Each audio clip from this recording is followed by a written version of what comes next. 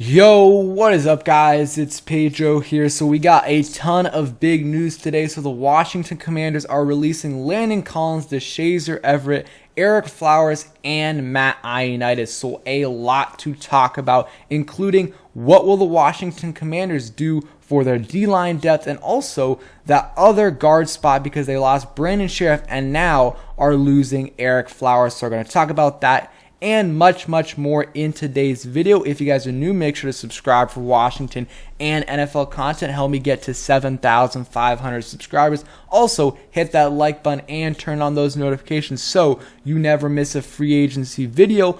And go ahead and follow my Twitter. I'm trying to get to 1,000 followers on there. Now, let's get right into the video. Man, so a lot of moves made for the Washington Commanders today, and I just posted a J.D. McKissic video right before this, so after this video, go ahead and check that out. Gave my reaction to the new deal that the Washington Commanders signed with J.D. McKissic, which I thought was a good deal overall. But now let's talk about all these releases here that happened. 4 different releases. We already knew Landon Collins was going to get released, so I won't really talk about that much, only how it'll affect the cap. But DeShazer Everett, we'll talk about that one first because that's an easy one. So it saves about $2 million against the cap. He's not a huge impact player. He's good on special teams, but really doesn't see the field much. He saw the field like once last year, and it was in the Seahawks.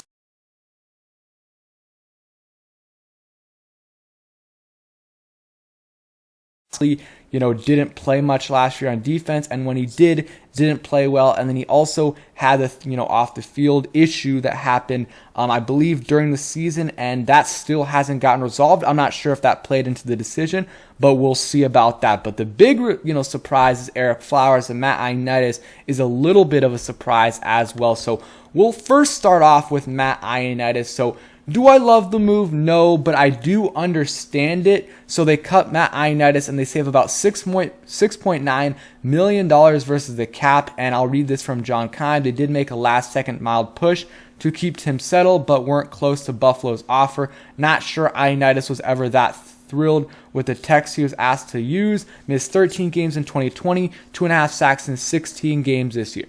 So I do understand cutting Ioannidis, and I'm okay with it. But I think the perfect scenario would have been cut Matt Ioannidis and, bring back Tim Settle. They said, Kime right here said that they weren't even close to Buffalo's offer. And Buffalo, I believe they didn't even offer him that much. It was like $4 million a year, something like that. Maybe it was a little bit more, but it wasn't that much. And for a backup D lineman, that is a solid deal. And at first I was kind of saying, okay, it doesn't really make sense for Washington to bring back Tim Settle and for Tim Settle to sign here if we're, coming back with the same D-line group. But now that we, cut Settle and they cut Ioannidis, and they knew they were going to do this a couple of days ago. So I don't understand why they didn't do it 2 or 3 days ago. Same thing with Ereck Flowers. Let these guys hit the market earlier. And I just don't know why they didn't do this earlier, because then it gives you more clarity of your situation. And they just waited to the last minute, really after the last minute, because, the legal tampering period already started. So yes, they're clearing up cap space, but they did it too late. So the perfect scenario would have been offer Settle what you did offer Settle the same offer that the Bills offered, maybe even a little bit more, and then you have Daron Payne and Jonathan Allen as your starters, and Tim Settle as that next man up. That would have been the best scenario in my opinion, but you lose Ioannidis, which honestly is fine to me. Like, he missed 13 games in 2020. He just was not himself this year. He wasn't the same player he was in 2018 and 2019. Only had 2.5 sacks, and sacks aren't everything, but he just wasn't getting that many pressures either. So I understand the move. You save $7 million, and also it just never seemed like he kind of connected with Sam Mills, and it just didn't really seem like that. That's another reason why I think we should get rid of Sam Mills. Doesn't seem like the players are really behind him. But I'm fine with the Ioannidis move, but I really wish we would have kept Settle if we knew we were going to cut Matt Ioannidis. And I feel like we know why they're making these moves. to, create cap space to either, sign some guys like they did J.D. McKissic, maybe some other free agents, but also maybe to extend Daron Payne or Terry McLaurin. And I understand that. I think they should create cap space, but this is not the way to do it. Ioannidis is fine.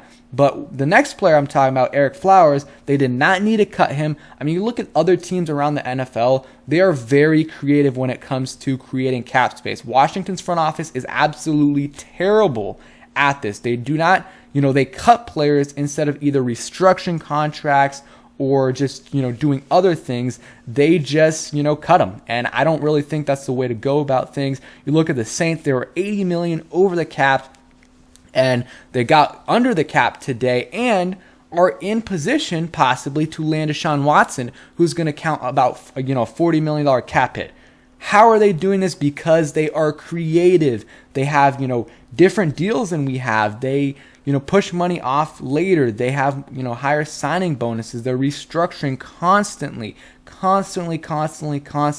restructuring and making contracts that are able to get restructured all the time. Washington is just simply not doing that, and it's really, really disappointing. It's honestly probably one of my biggest problems with this front office. They haven't been, creative in terms of creating cap space.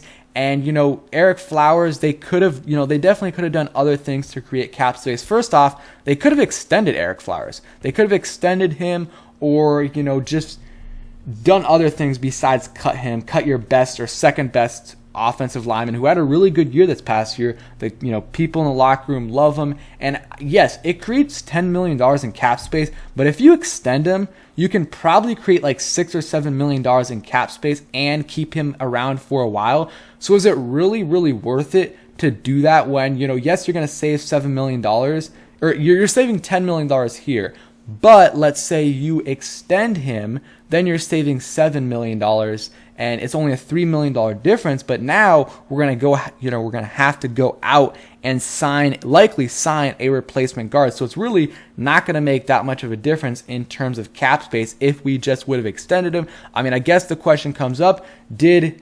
Ereck Flowers even want an extension? Maybe that is what was holding things up. I don't know, but I do not like this move at all. I understand the Ereck Flowers one, but this one right here, if I had to give it a grade, it's an F. I mean, why? Unless you have a great replacement behind him, like ready, not someone on this roster, because maybe Sadiq Charles can be, the player that Ereck Flowers is, but you don't know that. You have no idea if he is or not, and I don't think he will be. But even if he is, you can't just bank on that. So I don't know. I don't like this move at all. I mean, you're getting rid of your best lineman, your second best lineman, and, he's on a reasonable deal. You could have extended him, and even if you didn't do that, like, you could have just left that still and done other things to create cap space, like restructure William Jackson's deal, Kendall Fuller's deal, and some other things as well. This, in my opinion, was not the way to go about things. But now another position, there's a hole there. I mean, at left guard, they definitely have a hole there, and we'll see. Wes Schweitzer, I don't know if left guard's the hole, because Wes Schweitzer can play either left guard or right guard, but they do have a hole at one of the guard spots, and maybe Sadiq Charles can go out and ball out for us. But again, we can't bank on that. I think Robbie Duncan, who played O-line at ODU and is a high school coach now, he's kind of an offensive line expert, and he says he feels comfortable with Sadiq Charles, but I still would like to bring in another guy for sure. And yeah, let's look at the cap space. So with all these moves, and then you add into Shazer Everett, we're around $22 million in cap space right now. But obviously, it's a little bit lower if you consider the Bobby McCain deal, J.D. McKissic deal, other, Troy Apke, Tyler Larson, and then also, we'll see. We're about probably a little bit lower than that, because usually the cap hits are a little bit lower in the first year. So I would say probably around $14 million in cap space. But then also we'll have around $11 million in extra cap space, $11.8 million, almost $11.9 million after June 1st. If Landon Collins made a post-June 1st cut, and I believe that has been confirmed. And I talked about this. That's what I thought they would do once he got released. I was kind of saying that I thought it was going to be a post-June 1st cut. So, I mean, I guess that saves some more cap space. If they want to get an extension done, they can, with Terry or Duran, they can do it after June 1st when they have $12 million extra in cap space. So going over the players, if I like the move or not. Landon Collins, I talked about this earlier. I was fine with the move, creating some much needed cap space. The player is not worth $16 million a year. Shazier Everett, I think that's a good move. You need to make cap space. You go ahead and cut him. $2 million, not a huge impact player. Yes, he's a special team stud, but you can find guys like that on the streets for minimum deals. Ereck Flowers, I hate the move. Absolutely hate it. And Matt Ioannidis, I'm mixed with it. Like, overall, if you just told me we're cutting Matt Ioannidis, I'm fine with that. But you needed to have that replacement in place. So I wish they could have had, I mean, they didn't need to have it in place because they still could go after a D lineman. But I thought bringing back Tim Settle would be a good move if you're cutting Ioannidis or trading Payne. And they ended up, cutting Ioannidis. And, I guess I wish they could have gotten some trade value for one of these guys. I feel like these guys are valuable, especially Ereck Flowers on a reasonable contract. They could have gotten something, but I guess not. And, we will see what happens. And there's also that thing where Ioannidis' agent came out and said that, we kind of screwed him because we said at the combine that, we weren't going to release him, and we ended up releasing him. Only thing I understand his concern. He has, totally has the right to feel that way, and I would too if I was in this situation. Only defense I would give to Washington is that was before the Carson Wentz trade, so that definitely affected their cap space, especially this team where they're not creative in terms of creating cap space. So that's the only defense I'll say, because their cap situation totally changed once they traded for Carson Wentz. They went from $33 million to $28 million. So things definitely changed for sure. So I know a lot of fans are not happy about these moves at all. So let me know down below in the comment section what you think about each one of these moves. If I had to give a grade for it, Landon Collins, whatever, a B plus grade. Shazier Everett, I'll give a A- grade. Ereck Flowers, F.